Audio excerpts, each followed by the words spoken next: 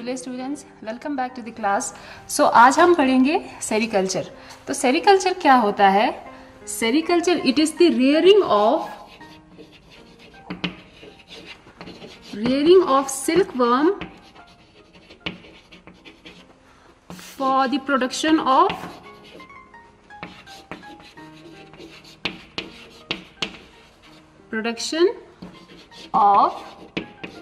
Silk. अब sericulture क्या होता है? सिल्क के लिए सिल्क वर्म रियर करने का जो प्रोसेस होता है उसको हम कहते हैं सेरिकल्चर। अब ये सिल्क जो है ये एक नेचुरल फाइबर है।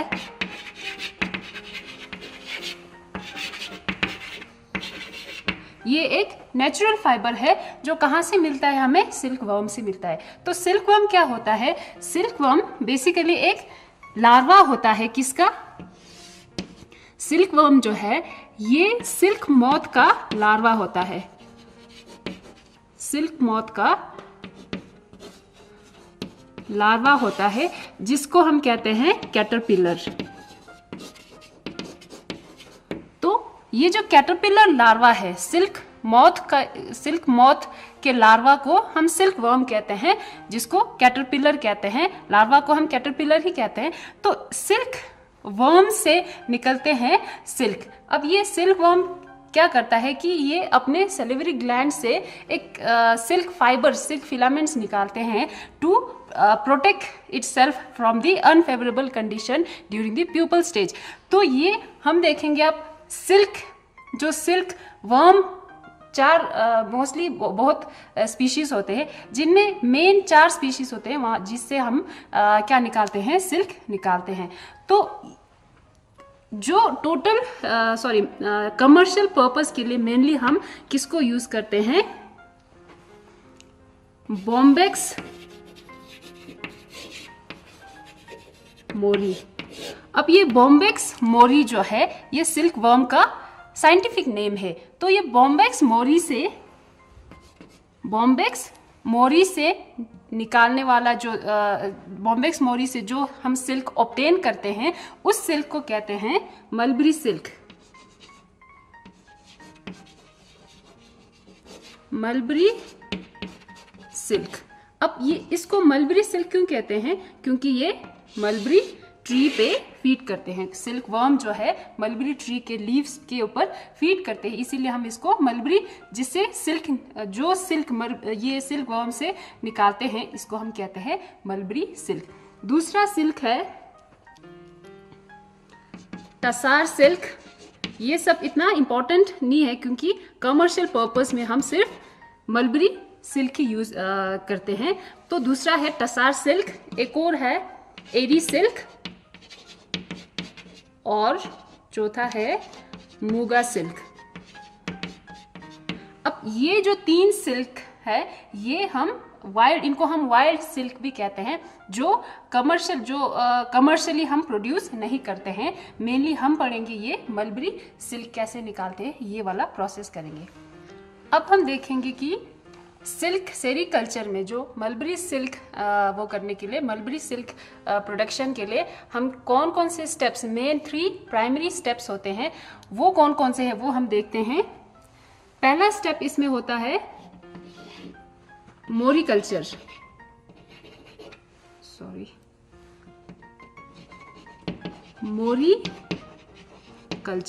मोरिकल्चर मीन्स क्या होता है? क्योंकि ये जो सिल्क वर्म है, जो बॉम्बेक्स मोरी का वो जो लार्वा है, वो क्या करता है? वो मलबरी ट्री के ऊपर फीड करता है, उसके लीव्स के ऊपर फीड करता है। तो मलबरी ट्री को भी साथ में हमें कल्टीवेट करना होता है सेरिकल्चर में। तो इसको हम कहते हैं moriculture. Moriculture means cultivation of mulberry tree. तो मलबरी ट्री कल्टीवेशन पहला हमें ये स्टेप लेना होता है। तो मलबरी ट्री कल्टीवेट करने के लिए सॉइल जो है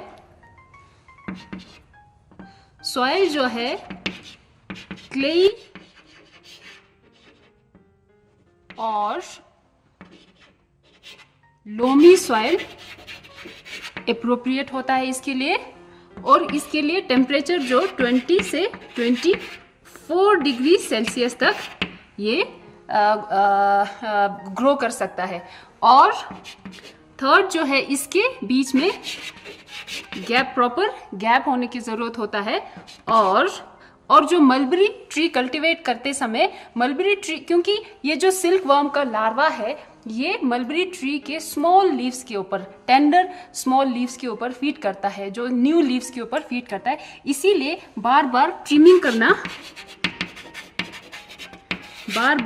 ट्रिमिंग की जरूरत होता है। ट्रिमिंग, ब्रांचेस के ट्रिमिंग करना होता है, क्योंकि ताकि नए लीव्स जो है वो पैदा, क्योंकि नए लीव्स में क्या होता है कि उसमें मॉइस्चर कंटेंट ज़्यादा होता है, तो उस पे ये जो सिल्क वर्म का लार्वा है वो फीड करते हैं। अब मलबरी ट्री कल्टीवेट करने के बाद हम क्या करते हैं, नेक्स्ट स्टेप है rearing of silk worm. Rearing of silk worm, rearing of silk worm. ये जो silk worm rear mulberry tree के लीव्स, अब रियरिंग कैसे करते हैं, पहले तो ये एग प्रोड्यूस करते हैं, फीमेल जो है एग ले करते हैं। एग जो है, इसके एग्स जो है एक क्लीन पेपर या क्लॉथ पे वो हम एग्स रखते हैं। उसके बाद हम क्या करते हैं, इनको ट्रांसफर करते हैं, इनको हम इंक्यूबेट करते हैं, उसके बाद हम इंक्यूबेट करते हैं एग्स को। अब हैचिंग के लिए हमें इसको इंक्यूबेट करने की जरूरत होता है। इंक्यूबेशन मीन्स एक माइक्रोवेव की तरह, जिसमें हीट, क्योंकि एक हैच होने के लिए हीट की जरूरत होता है, तो इंक्यूबेशन जरूरी होता है, तो इंक्यूबेट करते हैं। उसके बाद हम क्या करते हैं, अब ये जो लार्वास होंगे हैच करने के बाद, लार्वास हम जो है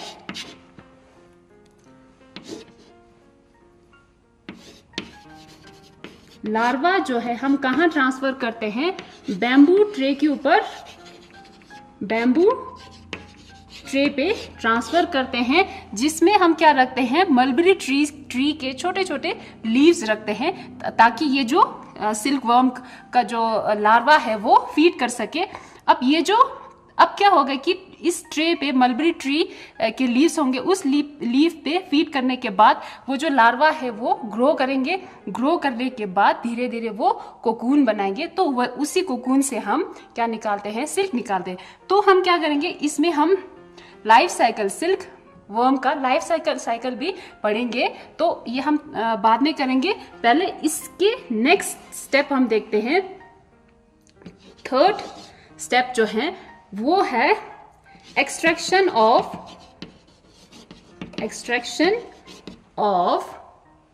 सिल्क।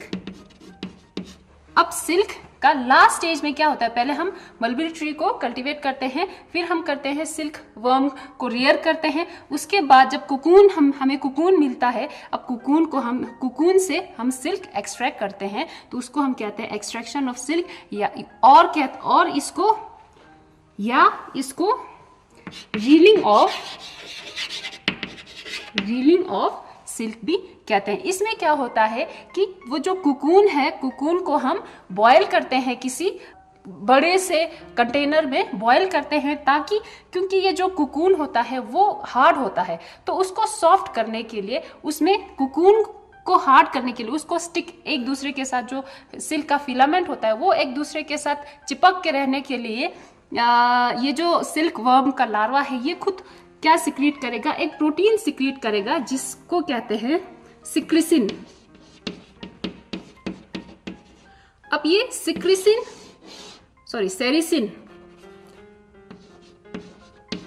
अब ये सेरिसिन प्रोटीन जो है ये क्या करेगा, ये ग्लू की तरह काम करेगा। ये जो सिल्क के फिलामेंट्स है ये एक दूसरे के साथ स्टिक करके रखेगा। तो ये सिक्रिसिन को डिसॉल्व करने के लिए हम क्या करते हैं, उसको बॉयल करते हैं। अब बॉयल करने के बाद वो जो कुकून है, वो जो कुकून जो सिल्क फिलामेंट है जिसे कुकून बनते हैं, वो सिल्क फिलामेंट लूज हो जाएगा, सॉफ्ट हो जाएगा। तो वहां से हम क्या करते हैं, उसको निकाल के, फिलामेंट बहुत छोटे, मतलब फाइन फिलामेंट्स होते हैं, तो इन फाइन फिलामेंट्स को क्या करते हैं, 4 से लेके 10 तक हम उनको मिला के थ्रेड बनाते हैं, तो वो थ्रेड्स जो है आगे जाके उसका डाई होगा, डाई होने के बाद उसका वीविंग हो जाएगा, फिर वीविंग करने के बाद आपको सिल्क का जो वो मिल जाएगा, क्लॉथ मिल जाएगा। तो ये हो गया एक्सट्रैक्शन कैसे होता है। अब हम देखेंगे कि मलबरी ट्री सेरिकल्चर करने के लिए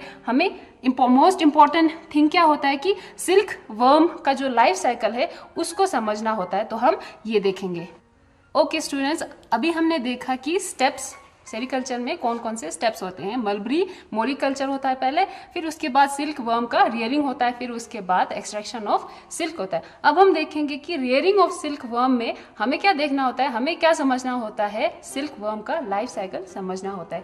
तो इसीलिए हम करेंगे सिल्क वर्म का life cycle. Life cycle of, अब मैंने पहले बताया कि आपको सिल्क इस मलबरी सिल्क वर्म का जो साइंटिफिक नेम है वो है बॉम्बेक्स मोरी। तो मैं इधर लिखूंगी बॉम्बेक्स मोरी, ये है scientific name of the silk worm. यहाँ पे मैं सिल्क वर्म भी लिख देती हूँ। अब लाइफ साइकिल ऑफ बॉम्बेक्स मोरी, अब कैसे ये इसका जो लाइफ साइकिल है एडल्ट से शुरू होता है।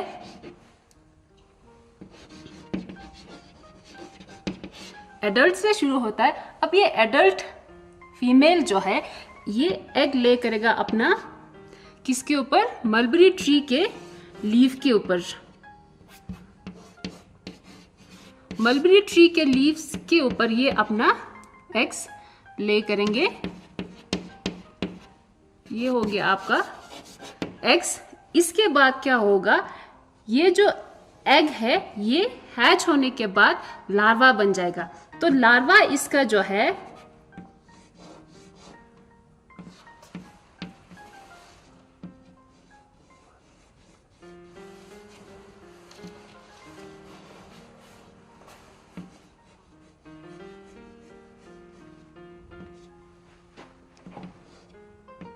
ये हो गया इसका थोरैक्स, हेड।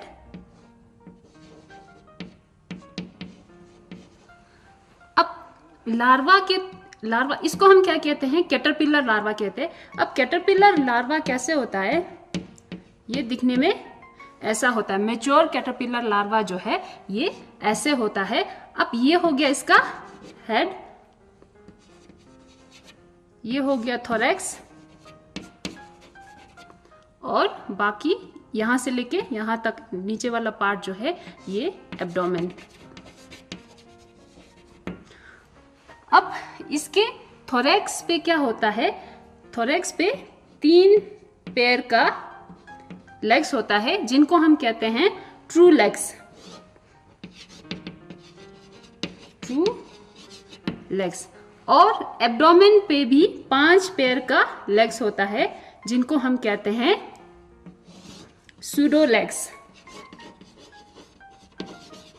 Pseudo legs. और एब्डोमेन के साइड पे क्या होता है, स्पिरेकल्स प्रेजेंट होता है। ये जो पोर्स है स्पिरेकल्स कहते हैं इनको, ये रिस्पायरेशन के लिए होता है। स्पिरेकल्स। ये इस लार्वा को हम क्या कहते हैं, कैटरपिलर।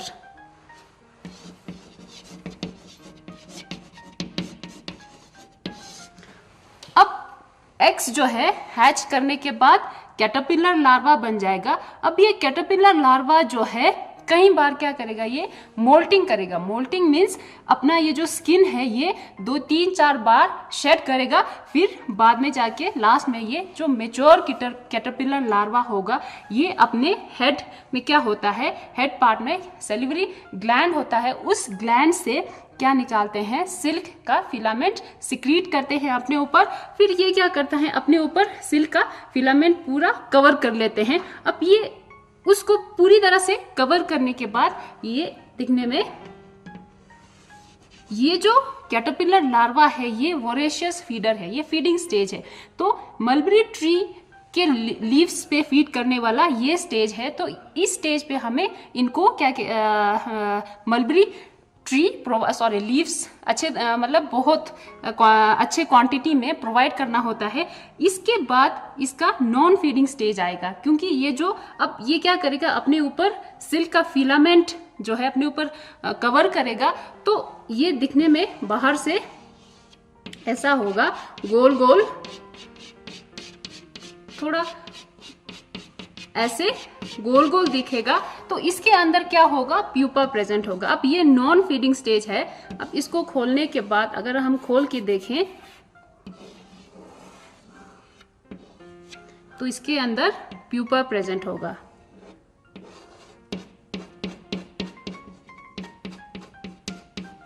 प्यूपा को हम क्रिसैलिस भी कहते हैं, प्यूपा और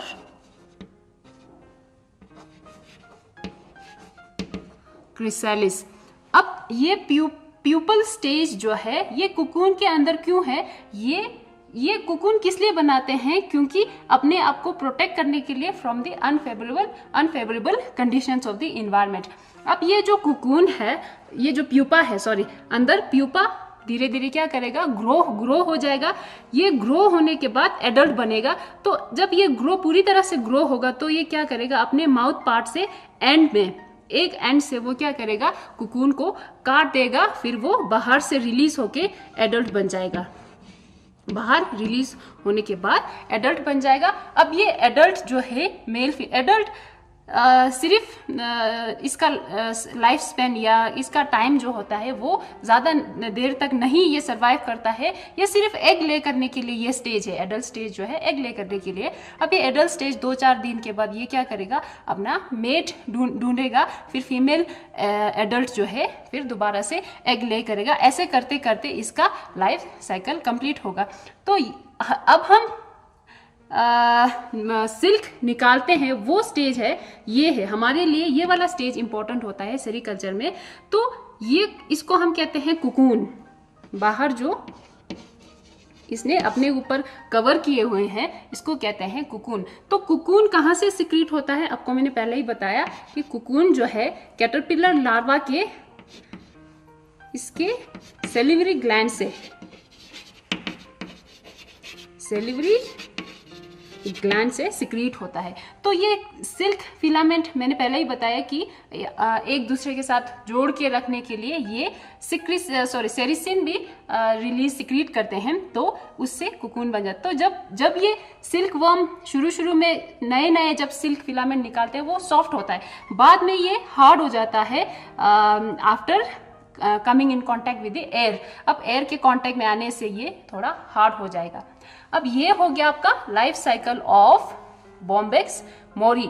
तो नेक्स्ट हमारा क्या था कि ये वाला स्टेज एक्सट्रैक्शन के लिए ये वाला स्टेज इंपॉर्टेंट होता है। तो बच्चों अभी हमने देखा कि लाइफ साइकिल ऑफ बॉम्बेक्स मोरी। तो बॉम्बेक्स मोरी का लाइफ साइकिल अभी मैंने इधर ड्रॉ किया था। तो इसका जो पिक्चर है लाइफ साइकिल बॉम्बेक्स मोरी का, तो एडल्ट मैंने अच्छे से ड्रॉ नहीं किया था, तो इसीलिए आप सब बच्चे इस पिक्चर से आप समझ लेना। ओके बच्चों, तो पिक्चर में देख लीजिए आप, ऊपर क्या है, एडल्ट मेल और फीमेल दोनों है। ये मॉथ है। अब देख सकते हो कि एडल्ट और लार्वा में क्या डिफरेंस है। एडल्ट जो है इसके विंग्स होते हैं और एंटीना और एब्डोमेन मतलब लार्वा से बिल्कुल अलग होता है। तो एडल्ट जो फीमेल है ये कॉपुलेट करने के बाद क्या करेगा, मलबरी ट्री के लीव्स के ऊपर अपना एग ले करेगा। ये आपको नजर आ रहा है पिक्चर से। तो ये जो एग्स है ये कैटरपिलर में कन्वर्ट हो जाएगा। अब ये कैटरपिलर जो है ये मैंने पहले ही बताया कि ये फीड करने, कैटरपिलर दिखने में ऐसा होता है। इसका हेड, थोरैक्स, एब्डोमेन और एब्डोमेन में स्पिरेकल्स भी है और ऊपर एक हॉर्न जैसा स्ट्रक्चर प्रेजेंट है जिसको हम डोर्सल हॉर्न कहते हैं। तो ये कैटरपिलर लार्वा जो है अब धीरे धीरे क्या करेगा, 3-4 बार मोल्टिंग करने के बाद ये बन जाएगा प्यूपा। अब प्यूपा कहाँ बनेगा, प्यूपा बनने से पहले ये अपने ऊपर क्या कवर करेगा, सिल्क फिलामेंट्स कवर करेगा। तो इसके जो कवरिंग है जिसको हम कहते हैं कुकून। तो कुकून के अंदर ये जो प्यूपा है ये धीरे धीरे मेटामोफोसिस होने के बाद एडल्ट बन जाएगा। तो अभी मैंने एक वर्ड बताया मेटामोफोसिस। मेटामोफोसिस मीन्स क्या होता है कि formation of adult insect from adult insect या adult individual from the larva. Larva से एडल्ट बनने का वो जो प्रोसेस होता है उसको हम मेटामोफोसिस कहते हैं। अब ये मेटामोफोसिस होने के बाद क्या हो रहा है, एडल्ट मेल और फीमेल बन रहा है। अब अंदर अंदर क्या कुकून को काट के इन्होंने दिखाया है। ये जो इसके अंदर क्रिसैलिस है, क्रिसैलिस प्यूपा ही होता है, तो अंदर से ये दिखने में ऐसा होता है कुकून। तो ये हो गया आपका बॉम्बेक्स मोरी का लाइफ साइकिल। ठीक है बच्चों, अब अभी जो मैंने पिक्चर दिखाया आपको, वो पिक्चर से आपको अच्छे से समझ आया होगा लाइफ साइकिल ऑफ बॉम्बेक्स मोरी। अब हम देखेंगे कि सिल्क वर्म का एक डिजीज होता है, सिल्क वर्म में डिजीज होता है, जिससे क्या होता है उसके प्रोडक्शन में, अगर ये डिजीज सिल्क वर्म में अगर हो गया तो हमारे सिल्क प्रोडक्शन में बहुत इफेक्ट करता है। तो उस डिजीज का नाम है पेब्राइन डिजीज। पेब्राइन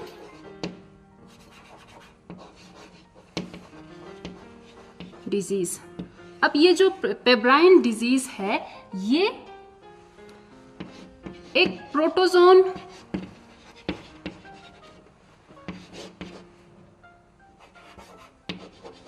माइक्रोस्पोरेडियम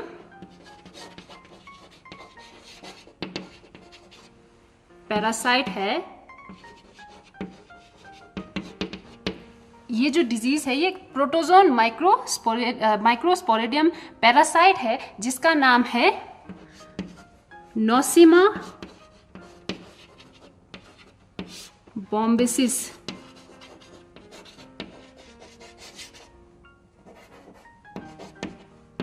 अब नोसिमा बॉम्बेसिस पेब्राइन डिजीज कॉज करने वाला ये जो पैरासाइट है, अब ये पैरासाइट क्या करेगा, ये एग को इन्फेक्ट कर देगा। एग्स को, सिल्क वर्म के एग्स को इन्फेक्ट करेगा। अगर ये सिल्क वर्म के इसका बॉम्बेसिस, अब ये सिल्क नोसिमा बॉम्बेसिस जो है सिल्क वर्म के एग्स को इन्फेक्ट करेगा। अगर ये एग्स को इन्फेक्ट करेगा तो पूरे जनरेशन में, नेक्स्ट जनरेशन जितने भी आएगा वो सारे में इफेक्ट होगा, तो इन्फेक्ट हो जाएगा। क्योंकि एग से एडल्ट बन जाएगा, फिर एडल्ट, वो जो इन्फेक्टेड एडल्ट है वो दोबारा से एग में ये वाला पैरासाइट ट्रांसमिट हो जाएगा उसमें, फिर दोबारा से नए एग्स जो आएंगे वो भी इन्फेक्टेड होगा। तो इसीलिए हमें रूल आउट करना होता है एग्स को। जब फीमेल एग्स ले करते हैं तो हमें उसमें कोई इन्फेक्शन नहीं है, ये पेब्राइन डिजीज का जो पैरासाइट तो नहीं है, इसको हम स्क्रीन करके माइक्रोस्कोप में देख के उसको रूल आउट करना होता है इन्फेक्टेड एग्स को। अब ये एग्स, अगर ये पेब्राइन डिजीज हो गया तो क्या होता है, लार्वल स्टेज में इसके लार्वा में क्या हो जाएगा, लार्वा में ब्राउन स्पॉट्स नजर आएगा आपको, ब्राउन स्पॉट्स नजर आएगा।